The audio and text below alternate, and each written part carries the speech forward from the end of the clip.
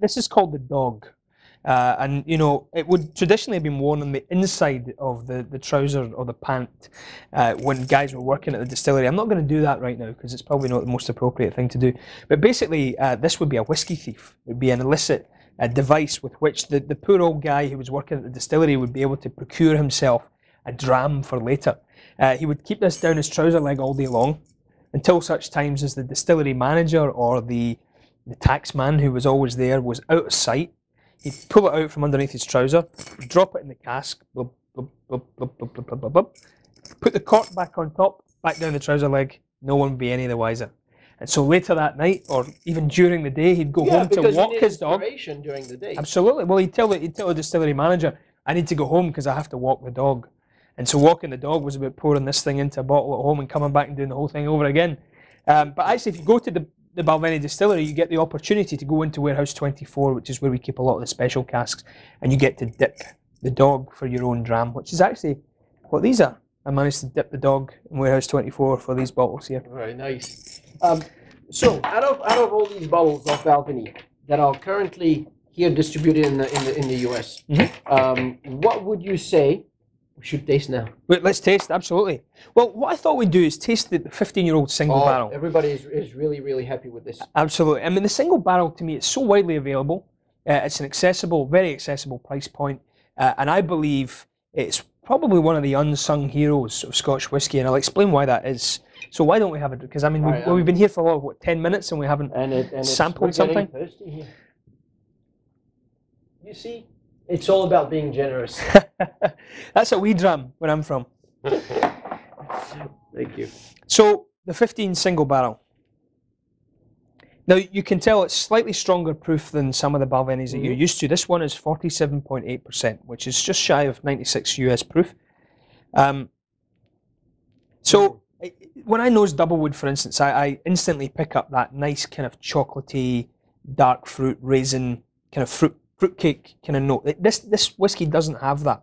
So for a lot of people who expect Balvenie to always have that characteristic of Doublewood, this is more inclined, similar to what you'd expect of a whiskey that's just aged in bourbon casks, and that's exactly where this is from. This has come from one second fill bourbon cask. It's 15 years old, and it's a single cask. And solely ex-bourbon cask. Entirely, one single cask. We actually know the name of the number of the cask because very rarely do you find a proprietary bottling, i.e. not an independently bottled whiskey, that has this amount of information on the label. Yeah, that's right. Independent bottlers do have that, but usually distilleries don't bottle. Very rarely, especially not at this age and in this availability. I mean, 15-year-old single barrel you will find in most good liquor stores and most good bars. This is from cask number 2930. And it's bottle number 263. Now, I've been part of the process of going to Scotland and helping select these 15-year-olds, and I know that we're quite kind of quite strict about what we let pass into the 15-year-old. I always like to compare a single barrel as like a soloist versus an orchestra, you know, because all single malts in themselves, or most single malts in themselves, are blends. Yeah. Because they're blends from casks from within the warehouse listed on the label. But the single barrel is one cask. It's not blended with anything. We know a lot of information about it. We even know from the label what day it was distilled. But so it's going to be different from one to another. Precisely. So every 350 bottles or so will vary. So I have had some of this, as you can probably see. Not all by myself, but I have tasted this. So I know I get a lot of citrus in the 15-year-old. There's just a distinct kind of citrusy note in the background, and then some oak. And just that nice amount of vanilla. It's quite intense for being an ex-bourbon barrel. Yeah. And just an ex-bourbon barrel. There's some rich notes on the nose here. Absolutely. There is definitely a fruitiness in there. Will I be disappointed if it's not from the same cask? I don't think that will happen, and I'll tell you why, because I've been part of the process where we select them. David does it under controlled conditions. David Stewart, our malt master, nothing gets past his nose if it's not. And basically what you do is you start with a control. So we pour a glass of what is the current 15-year-old single barrel, what David believes to be the calibre of whiskey that should be a 15-year-old single barrel. We nose it, and then we probably work our way along a line of about 20 or 30 sample bottles at a time. And we say, right, is this what I'm looking for? Okay, that's what and then we go, yes, no, and then we discuss it. So yes, there's a lack of consistency as opposed to most other single malts, but there still is a consistency, and that consistency is ultimately controlled by the nose of Mr. David Stewart. Is there any difference really with the barley variety that's used at Balvenie that might not be used elsewhere?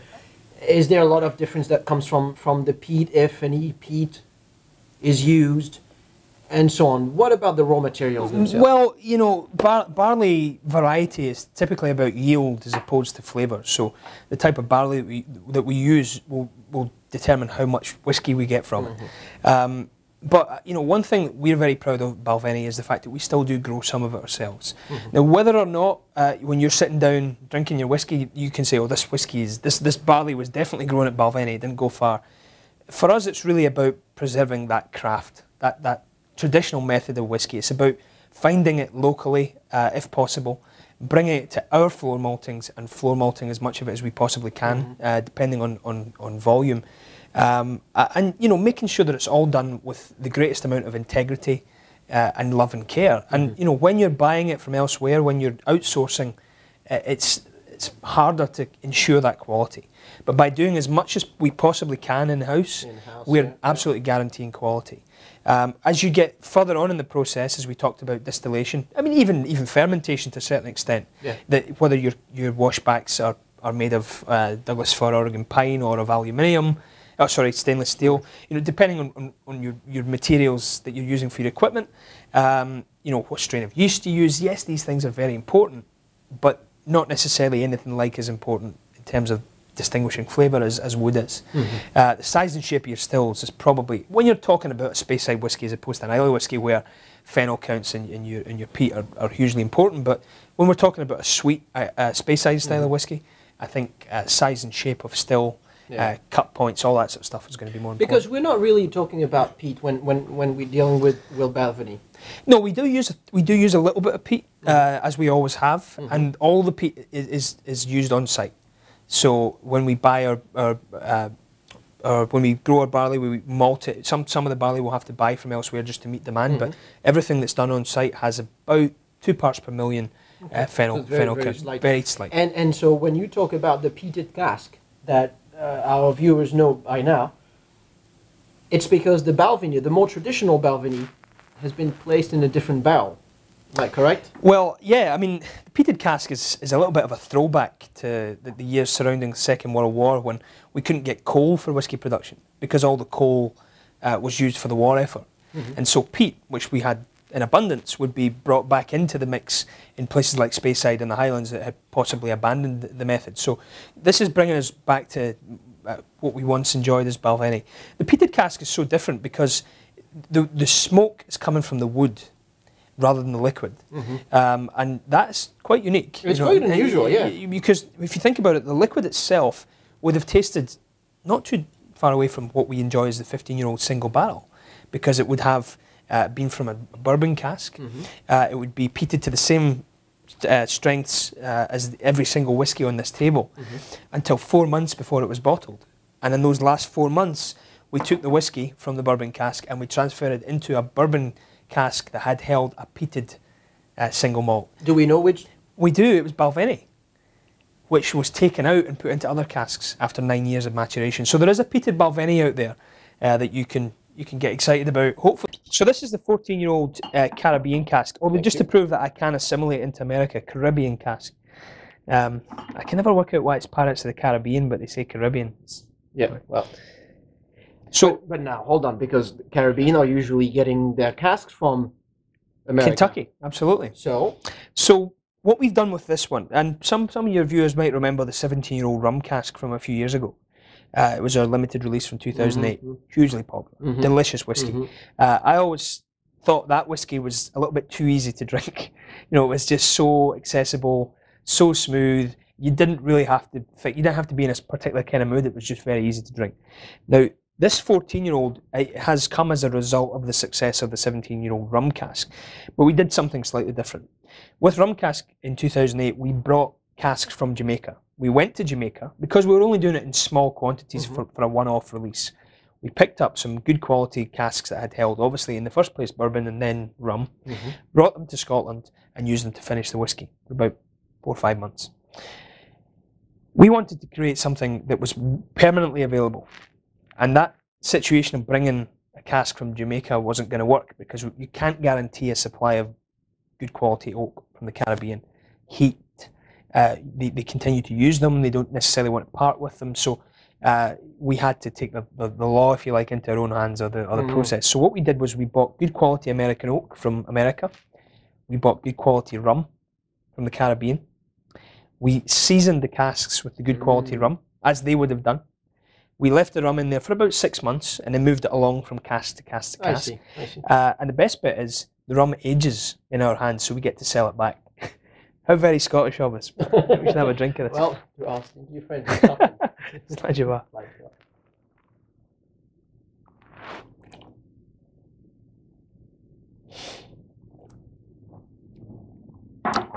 Now, to me, this really has a really nice sweetness about it. Oh, there's definitely a rum influence there. And that's only 4 months in the rum cask. So you might get some of that molasses. A bit of banana too. To me, banana has always been a standout note. Bananas foster something That's very lovely. desserty. Well, yeah. For our viewers, they drink Balvenie on a regular basis. If they do happen to go to Scotland, should they go to the distillery? Will there be a tour? Absolutely. What's to see there? What is it so special? What will they do? Well, walking the dogs. Well, they can do that. There is a tour at Balvenie, and you know I am obviously an employee of the company, of the distillery, so you can choose to take my word for it or not. But I happen to believe, in having been around a lot of distilleries in Scotland, and you have too, we know that there's a lot of fun to be had in touring distilleries. There's always nice things to taste. There's always great things to see. But there is nowhere that will show you every part of the whiskey making process from barley to bottle that Balvenie will. We'll show you barley growing in the field. We'll show you barley being malted on a traditional floor maltings, of which there are only 6 in Scotland. We'll show you the copper stills that are fixed and repaired by our own coppersmith.